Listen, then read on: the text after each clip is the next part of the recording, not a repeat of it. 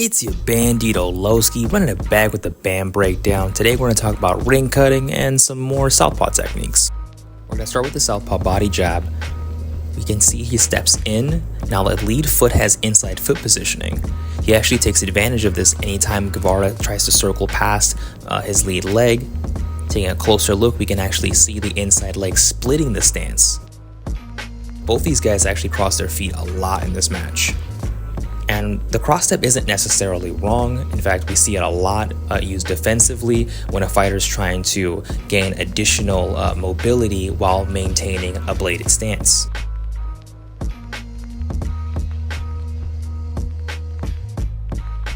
And in that same vein, we see Guevara transition to an L step, moving laterally to his right while Bam recovers his stance. Guevara crosses his feet again, and then we see Bam feint forward, pushing Guevara back to the ropes. He tries it one more time, and then Bam capitalizes with a jab, pushing Guevara back because he doesn't have a solid base behind him. Bam uses his cross step offensively in order to cut off Guevara. Guevara notices this and tries to capitalize. Bam recovers his stance with a small step, check hook, and then a cross. Recovering his stance and going back on that 45-degree angle, hurting Guevara into the corner. We can see how quickly he covers distance with that cross step, being very disciplined about recovering his stance when he has Guevara cornered. With Guevara trapped, Bam is free to move in and out of range, tagging him with jabs and hooks.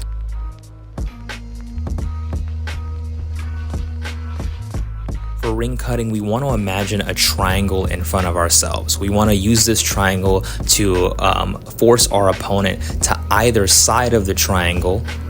We either want to use that triangle and adjust it to close off and put ourselves in front of our opponents as they try to exit either side, or we want to use a strike to inhibit our opponent from moving in that direction. This encourages our opponent to primarily think about moving forward and backwards, and with that we want to make sure that we minimize the amount of space behind our opponents so there's really only one direction they can move, which is forward. Bam starts this sequence with a jab. Guevara tries to escape out the side door. Bam takes a stutter step to gain some distance, lands his cross, then he gallops, shifting into a rear hook followed by a lead uppercut that misses. He throws the cross, just misses that, blocking Guevara's hook. Guevara tries to escape out that same side, but Bam gallops, gutting him with a rear uppercut to the body.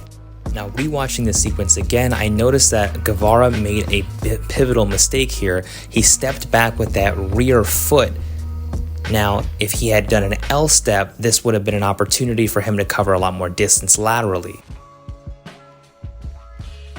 Now, you know you're ring cutting properly when you can get into your Dmitry Bivol bag, just sliding in and out of range with your opponent bouncing off of the ropes. Here we can see he throws a body cross, rolls underneath the hook, and follows it up with another cross. He tries to hit the sequence in reverse with a cross roll body cross and gets countered with an overhand. Bam comes back with a jab and then just eats this overhand for breakfast, shifts backwards and hits him with a signature lead uppercut. Now this last sequence is where Bam really pins Guevara down.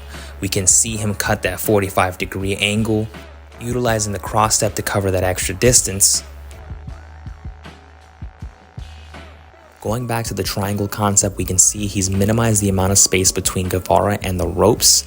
And with Bam right in front of him, Guevara has to exchange before changing directions and exiting left. With all this pressure, Guevara tries to counter Bam's jab with a wide left hook, and we can see how low his right hand is. And like any good boxing coach will teach you, Bam's straight beats Guevara's wide left. As always, thank you for watching. Like, comment, subscribe, hit that notification bell, and then let me know who you'd like to see me cover next in the comments down below. Peace.